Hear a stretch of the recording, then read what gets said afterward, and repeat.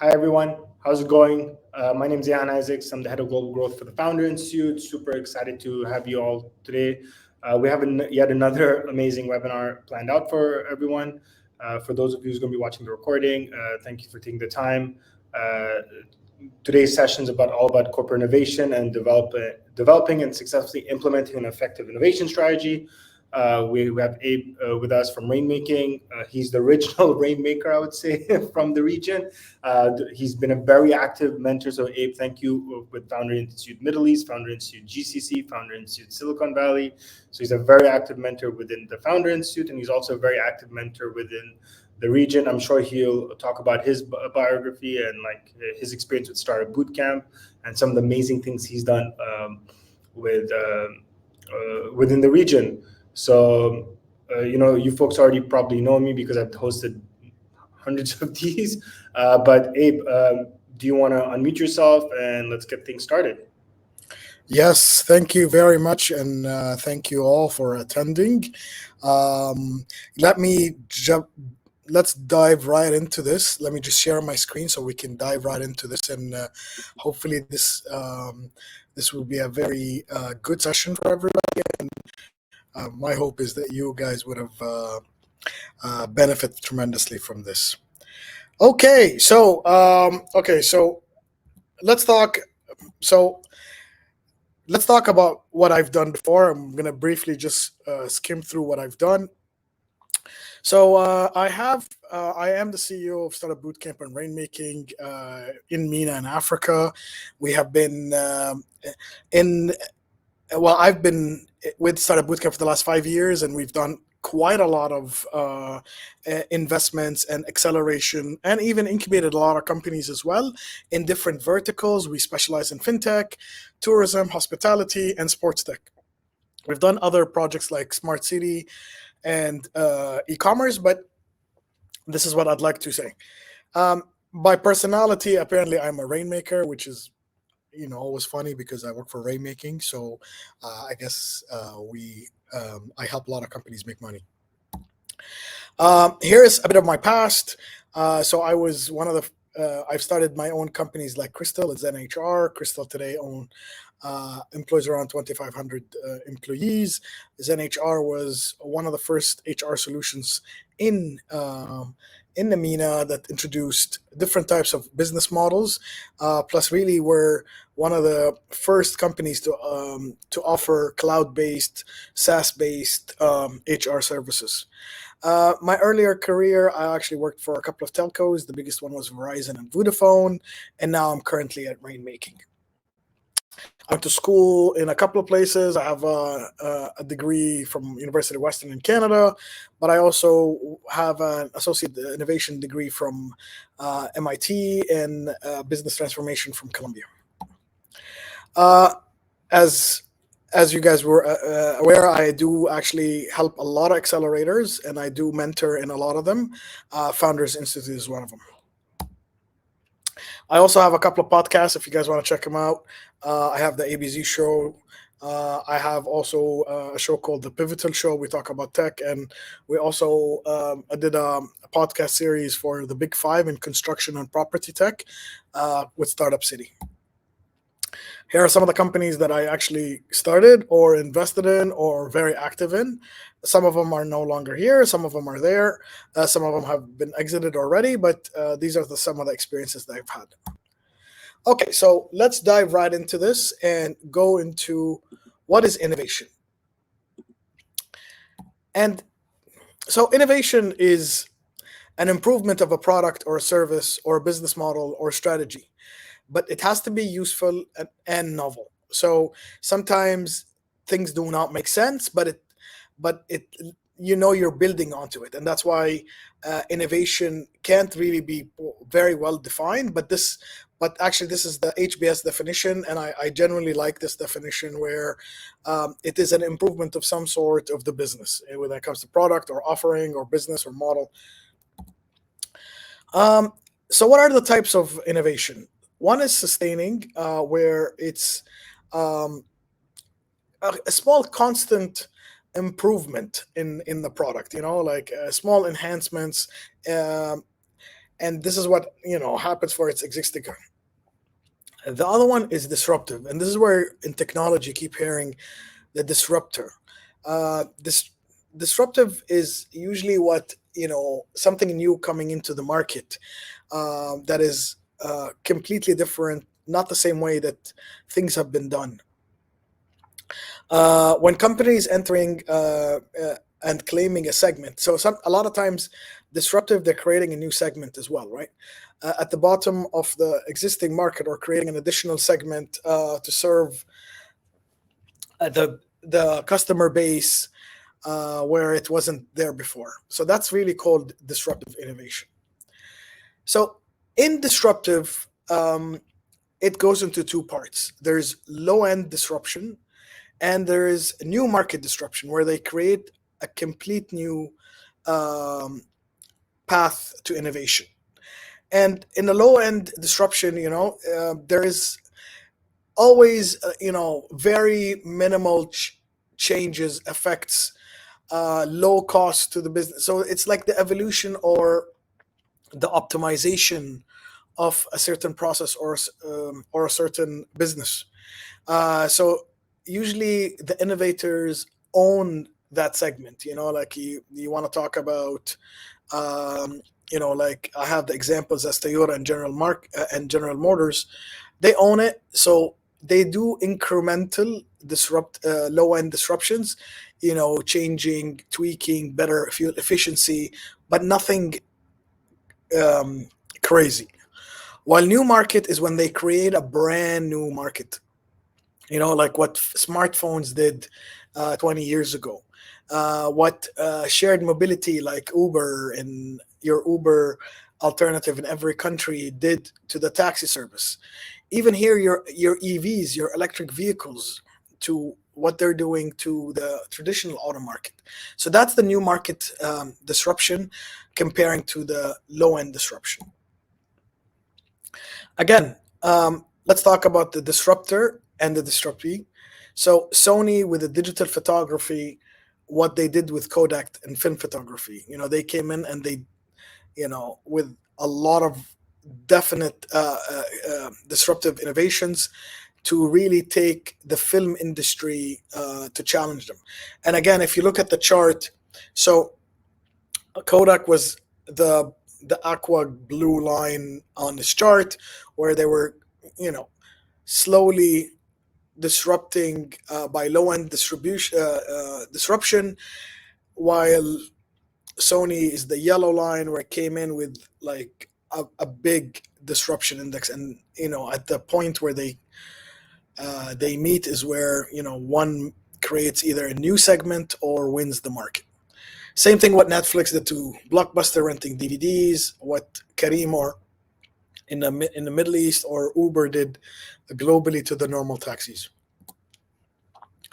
So here are the three components that make successful disruption in innovation. One, enabling technologies. What new tech is out there that can enable either the mass adoption or make things more efficient or faster or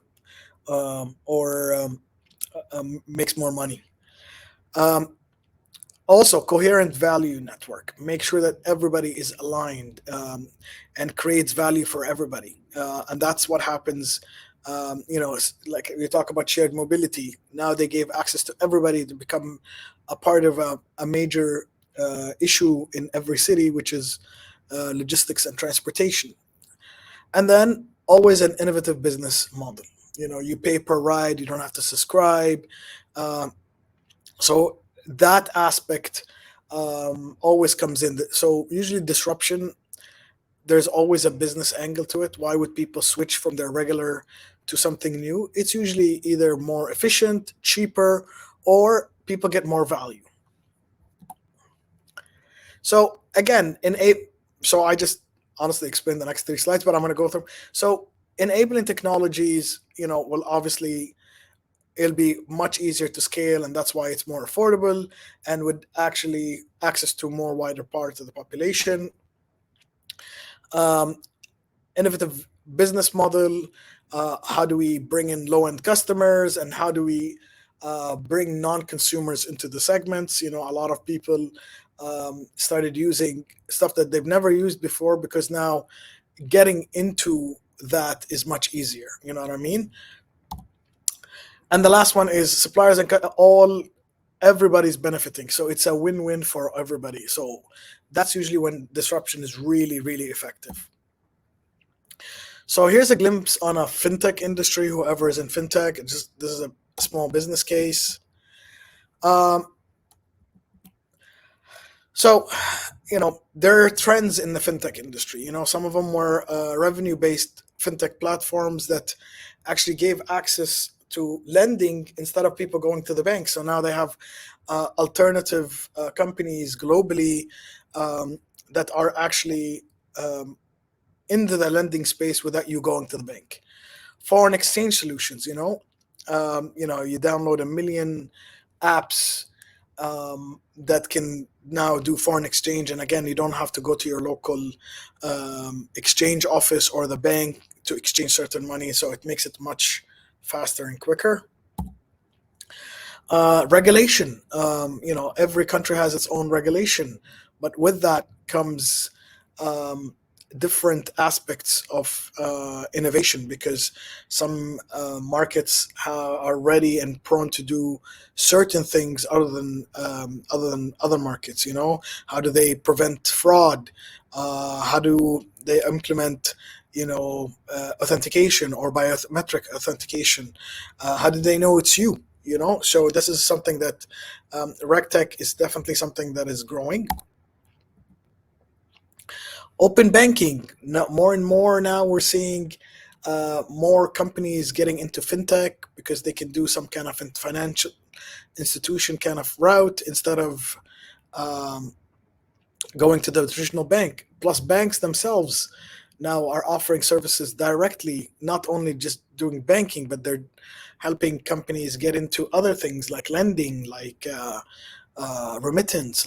So now they would have an infrastructure, and that's where open banking comes in. Again, digital banking. More and more you're hearing about these new banks that are coming up globally, from the Revolut to your people in MENA. There's a couple of local banks that are completely entirely online, and they're pure digital banks. Again, the buy now, pay later is coming up. This is something that we didn't have 5 years ago. And this is some stuff that we are now, every company, every part of the world, there is a player like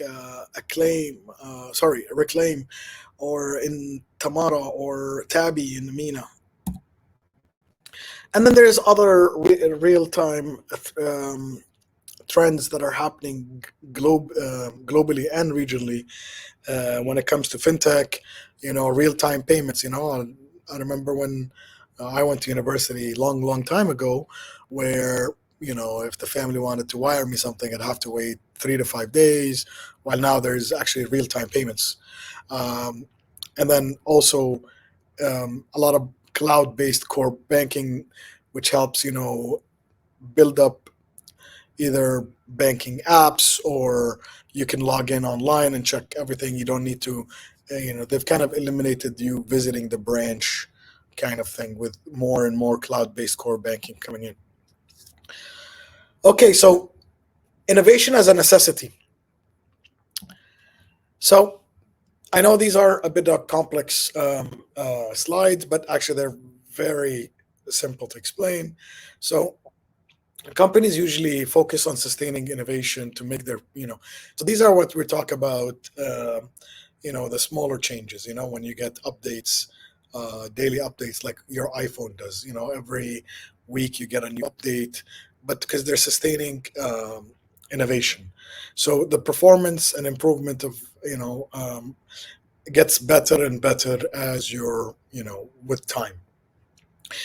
Usually companies focus on sustaining innovation and focusing on their, top end customers. And now let's talk about the lower end disruption innovation. Lower end is good enough for the traditional metrics, if they increase slowly by slowly, it's fine, but it's not. Sometimes it plateaus because and some of you who are old enough would remember. I remember when I was a kid, CPU power. Oh, this was an Intel, i3 or an i5 or even Pentium 1, Pentium 2, if we'll go back there. But they were slowly plateauing, and that's why they needed the new kind of technology that would come in and actually offer uh, the innovation that is needed or the processing that is needed back then. Again, so and then companies that usually do not see it coming, they because let's talk about companies like Nokia, like even Kodak. They're working on their day and they're slowly growing, and then there's a new disruptor that comes in from nowhere and overtakes them, and that's why companies need to keep in mind of what's happening out there and to keep their ears on the ground, I guess, to hear what's happening in the market. Um, why is there a threat? So companies usually focus on sustaining innovation on their top clients, and they don't think about the bottom. And a lot of times, people in the bottom are always looking for a better, cheaper, and faster way to do it. So you have to look at your whole customer base and see what are these people looking for, and they overall perform customer needs, tech's needs, and then as the tech follows an upward trajectory, opportunities of those operating on the lower end. So the object of the game, obviously, is a lot of times innovation strategies try to engage the lower end of the customer base to move them up to top tier customers. Okay, again, so this is the what, like, what's an innovation strategy? It's a system that dictates how a company really works. You search the problems, you create concepts.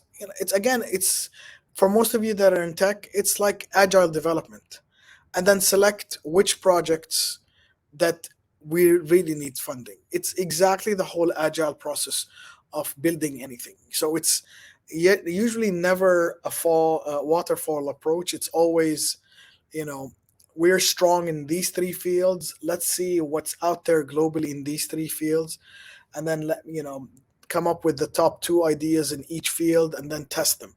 Whatever scores them then the most, gets a bit more budget, and then hopefully either adds to the bottom line or takes you to a place where you want to end up in.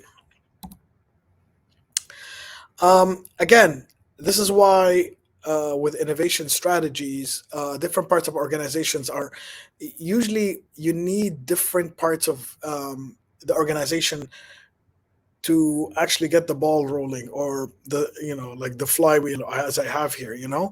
Marketing always listens to all of their customers. It goes to with the findings, then research looks into what needs to be done, or suggest what path, if there's a path that we can improve. And then it goes to sales, where sales talk to the customer and say, would you like me to do this for you? And and then once we get they'll go ahead, and how much are they willing to pay.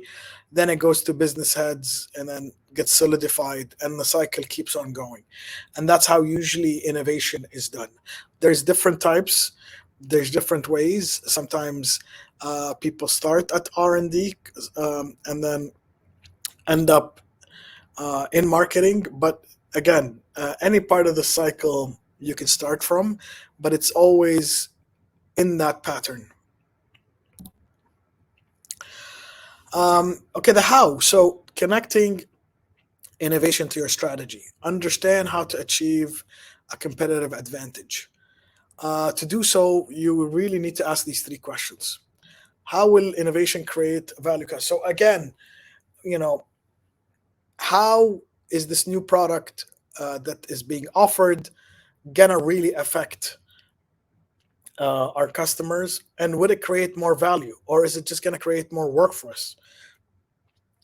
What type of innovation will create more value? Okay, and how will you capture that value? So a lot of times you say, um, yeah, they'll companies will build something that nobody wants. So is there value there? It might look cool, but people don't want it. And there's quite a lot of examples for that, where people launch a brand new tech or brand new innovative business model that nobody subscribes to. Okay, how will innovation create value for potential customers? Um, you must know the value that we created through innovation. Would customers end up paying more? Would customers save money? Would it have a social impact? And a lot of them do. And or would the product become more reliable and more durable? So you need to figure out that, and if you can do two or more, that's usually a winning formula. But a lot of times, innovation is based on those four pillars. And so, like I'll give you example. Apple created these make. So they came up with the strategy. If we get everybody, if it becomes very easy to use their products, they'll try to onboard as many people as possible, and people would be easier prompt to move to their products. So uh, but they took the whole ownership of building their hardware, and then on top of that building a software, which makes it much easier for people to control what their customers need to see. What are the types of innovation that will allow you to create value? So this is I think this is one of the most important slides. I think it comes down. I'll come back to this slide, but see, there is three fields on this graph. The first one is called core innovation. And that's usually enhancing a feature or a product that the company does. Like making things more efficient, faster, a bit cheaper to run. Okay, and then the next bracket is adjacent. How do we connect peripherals, like how do we jump into something different? And I'll give you now examples of all three. And then the last bracket is transformational. How do we change people's mentality, and how do we add new products? I'll give you an example of innovation in a company that are core and out there, or transformational. If you look at Michelin tires, you know they're a very well-known tire company, and they keep improving the tires, they keep improving all of that. But they also have a very distinct business that is not anywhere to do with tires, which is the Michelin star for restaurants, where they rank and rate restaurants. It has really no common grounds between them. But if you want to look at another example, like a bank with its core products, even if they add a digital bank, or they add an app to their offering, they're still in the core. But once like adjacent would be them getting into insurance, okay, and then that would be an adjacent mark. So again, going back to that slide, where it's core, adjacent, and transformational. So there you can a lot of times, especially with startups, and they tend to deal with the whole chain. Like they would want to know what inputs they would need so they can take out an output, and a lot of them try to tackle the whole value chain.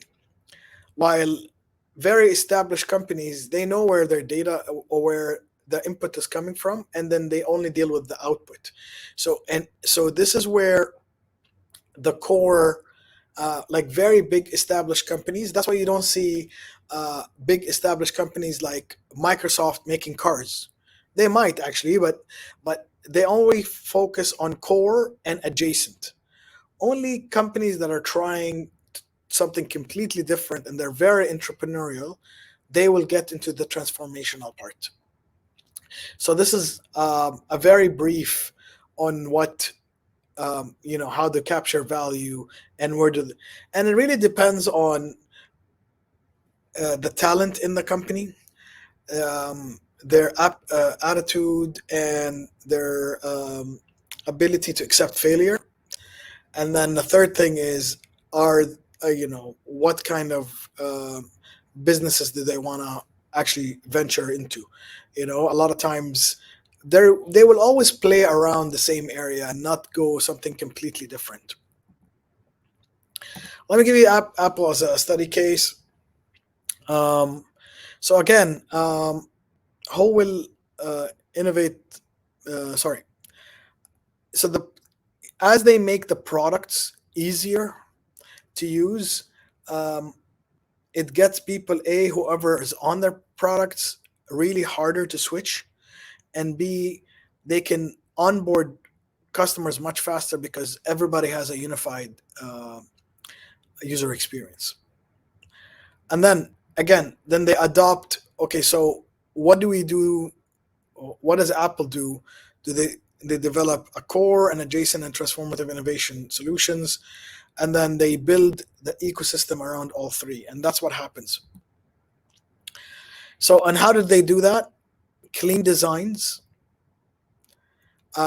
Their detail level is great, and then since they've built the hardware, they can just build the software on top of that.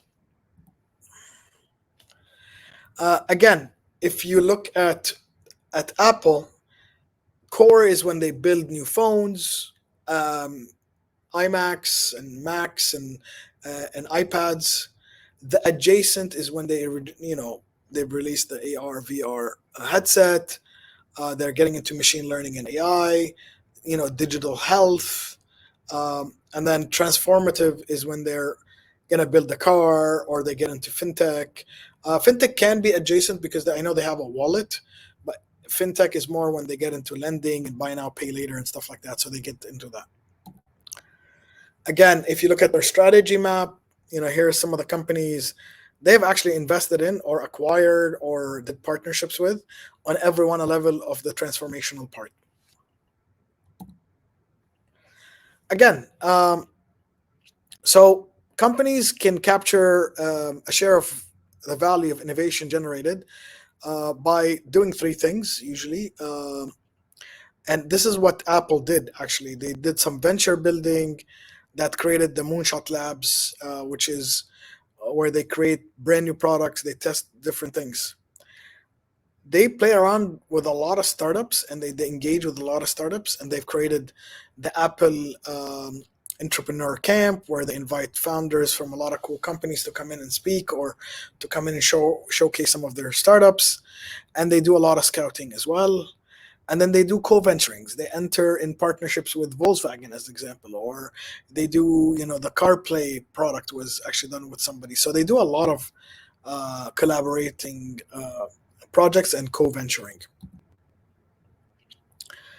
Okay, how do you measure efforts? And honestly, that really depends on the company and the company culture. But usually, these are it's relevancy versus difficulty. And again, there isn't a proper way to really measure innovation success. Sourcing, the lowest one is obviously if you invent something, and patenting would be the easiest one to control because you know who's using it and you know exactly. But as you go into difficult, how do you maintain the cultural factors in keeping a very innovative? I know, as an example, to add to the Apple one, I know they have the Apple campus where it's super secretive to get in, and so it's very hard to maintain that whole innovation spirit within a company that's scaled to thousands and thousands of employees. Also, the stakeholders, they need to have that innovation and the quality of thinking built into it. You know what I mean? Like, even if you look at Apple, like Steve Jobs left Apple a couple of times, but came back because he is the person that kept pushing them. Also, customer satisfaction. Are customers driving you to do better, or they just don't care? So there's a lot of ways you can measure that. I'm not gonna go into those because there is both. There is a formula. I don't want to scare people when I show you guys this, but the formula is actually this one. So the formula for it's a no, sorry, it's not this one. It's a fitness ratio. Again, it's depending on what are the key goals of the company, and usually there's a revenue component. There is an index of people on level of accepting new things, plus level of how innovative people are by how many projects they add on and how many projects they test or they agile. So they enter the agile system. That all depends on what you guys are trying to do. Again, I don't know but I can share this presentation with you guys. This is the formula I kept talking about. And that's what we talk about: fitness ratio, how fast a company has the stamina to keep pursuing these kind of projects, management span, how innovative the management is and receptive to new ideas. Our equity fraction is usually how much time and effort is spent into every project, and the salary growth is the actually growth of the bottom line of the company. Are we adding 1,000 new engineers to come up with something? So that comes in from there. That's it from my side. I know, I'm sorry I had to rush things in because of but I think we have a couple of minutes for questions. Do we? Yeah. Yeah, Abe. So let's do a couple. So I'm going to use this feature. By the way, great presentation. I love talking about this stuff and hearing individuals about this. I'm sorry I rushed it a bit, but I think I got my point across. Yeah, no worries. I'm going to use this feature. So I was feeding questions, Bella, and I was thinking of them. So I know you talked a bit about this. Sorry, how are you for time? Do you have a hard stop? No, it's fine. It's fine. Good to go. Okay, perfect. So I'll ask maybe 3 questions, and then and I know some people are trickling in, and we have some stuff. So maybe if somebody has a question, they can throw it in as well. But yeah, so one thing is, you briefly talked about this, but this whole notion of like open and closed innovation models, I know that's something a lot of like the people that we work with here at FI, and like it comes up quite a bit. And like you alluded to it, but you weren't using that terminology. But maybe like, can you just like briefly explain your thinking around open and closed, and maybe you just make reference again to like you talked about venture building, venture studios, and stuff like that. Sure. That would be helpful. Okay. So open innovation is something that is like, I'm a big fan of open innovation because it's very collaborative, right? So it's when you have multiple ideas being flown from different parties, and usually, in my honest opinion, from experience, not from like, I'm not any data that not driven, but open innovation is what really drives innovation, right? Because then you'd have different people from different environments with different experiences put into an idea, and then it's actually outlined in a certain matter where it's measured what is the easiest, where is the lowest hanging fruit, and how fast can we get there, right? While closed is more from experience, is where one person owns it and then doesn't really do much until it's presented. And but they've had successes. Certain things need to have closed innovation, especially when you're like building a new chipset or building and I don't mean by one person, it could be like one department or one entity, right? And so closed innovation is something that we don't see as much anymore, unless it's ironically, big enterprise loves closed innovation, and they will include companies that they acquire into the closed. They go out, they say, we would need this, and then they would go look for a company. They say, oh, we like the founders, we like the team, let's bring it in. Keep it closed. While open is like, okay, don't quote me there when I say this, but it's like, it's like GitHub. Everybody writes codes and throws it out there, right? And people, you take from here and you throw here and you cook something up. While closed is like the old school, let's think of a room, think in a room and see what comes out of it. Again, I can go very technical and explain, but I think that's very high level what I wanted to do. No, that's perfect. I think it's always a great place to start with the open and closed thinking, right? It's like, hey, well, you have an individual speaking, and it's like, well, where do you start, right? There's M&A. Let's create the new technology. Let's acquire it. Let's incubate it, and all that. All right. So the second question I have is, our audience is obviously, as you know, this from Mentor, is like startups, right? So like, let's say I'm a startup based here in Dubai or Singapore or Hong Kong, wherever, and I want to get involved with a corporate that's running an innovation program, right? Or vice versa. I'm a corporate that wants to engage a startup. Yeah. What's a good starting point? So, see, this is where I think programs help a lot, right? Because when you have like you guys run programs, we run programs, but when they are POC driven and where there is companies are actually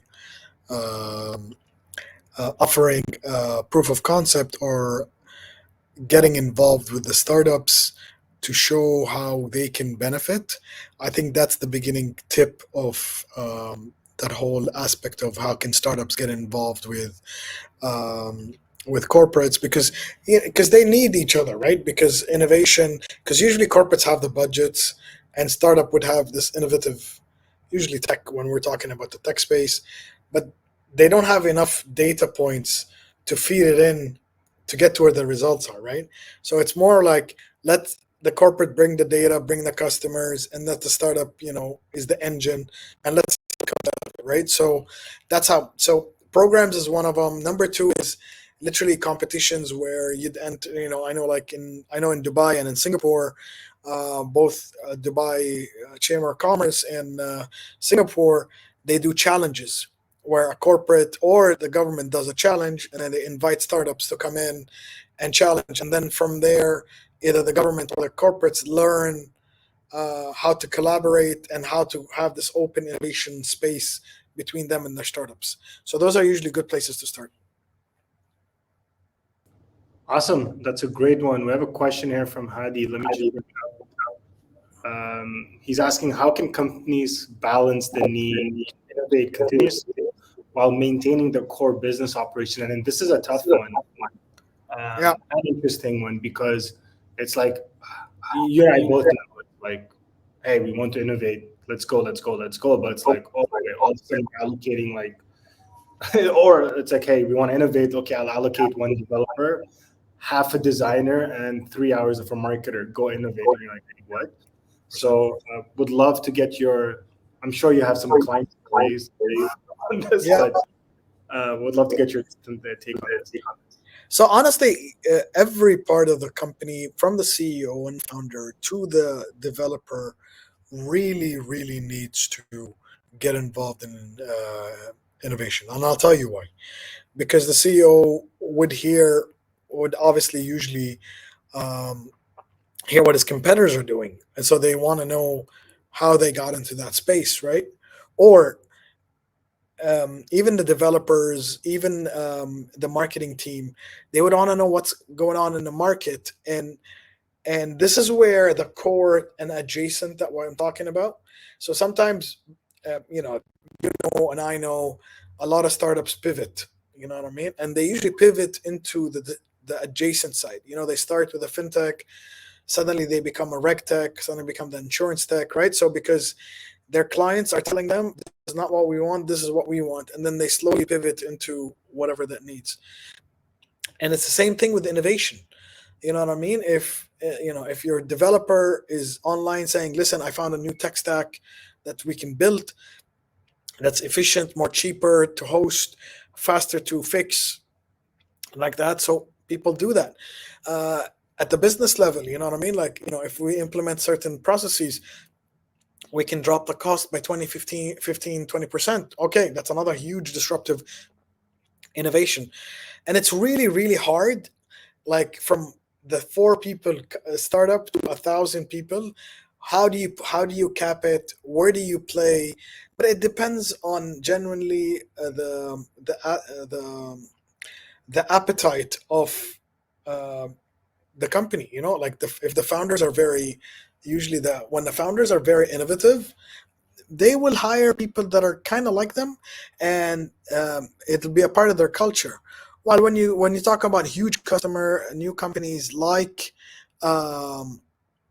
um, like the Microsoft, like the Apple, who have a huge innovation departments, but there's a lot of people that are just there to do one, two, three, right? So it is a struggle, but I would say, especially because keep in mind the tech industry is a disruptive industry, because they are disrupting the banks and fintech, they're disrupting logistics companies, there's all of that good stuff, could becoming more efficient, better business models and stuff. So they just need to keep their ears on the ground to see what is happening in the market. Awesome. I have one more question, and then I can kind of let you go. But I think I heard this recently from an interviewer, and I think this is a great way to always end a segment or Q&A.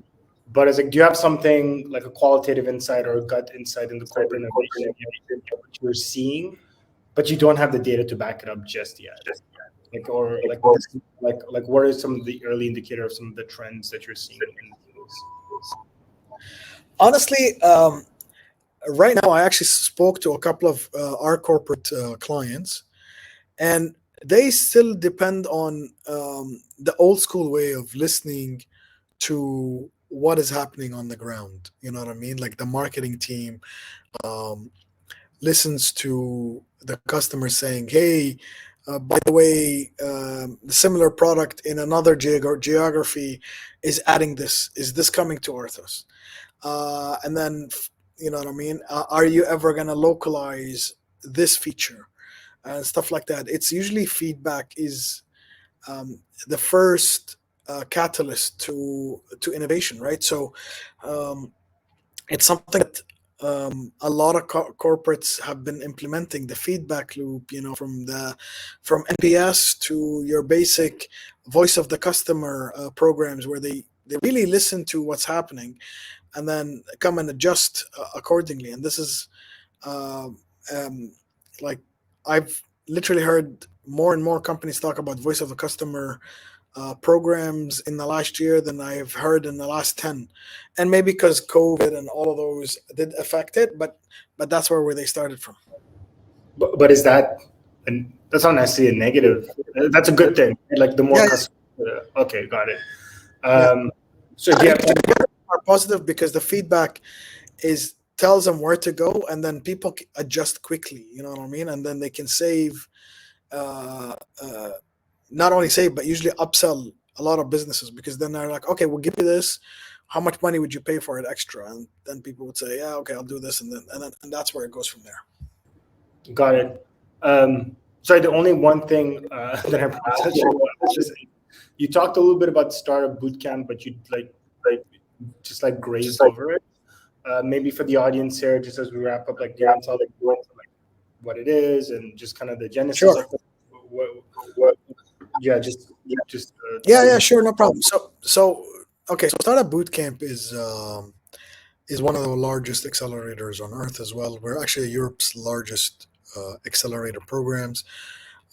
We only do verticalized programming. So what we do is we usually, like, when we launch a program, it'll be themed. And it won't be just like, we won't just do fintech. We will do something like um, payments or B2B payments. They're very challenge based. And why do we do that? We do that because our corporate clients would come in with certain challenges, and we would want the end of the goal is there is a bit of money that we give to everybody that comes in, but we also would like our startups to grow with our corporate partners by getting them on the table with them face to face for a couple of weeks until we can get a contract um, from them. And then the corporates would benefit from the learnings from working with and stimulating the ecosystem, the startup ecosystem, while the startup would actually grow in revenues and everybody wins that thing. So we're POC driven kind of programs. We have been running programs since 2010. We have invested in 1,750 companies approximately globally. We've been very active, as I said, in Latin America, Europe and Latin America. And we've been quite active in the Middle East and in Japan. We had a program in Korea. We've had a couple of programs in Taiwan. We've had and then obviously Australia. And we've been wanting to get more programs everywhere else, but those are usually theme based. So our programs consist of 3 months, usually 3 to 6 months, depending on the type of program.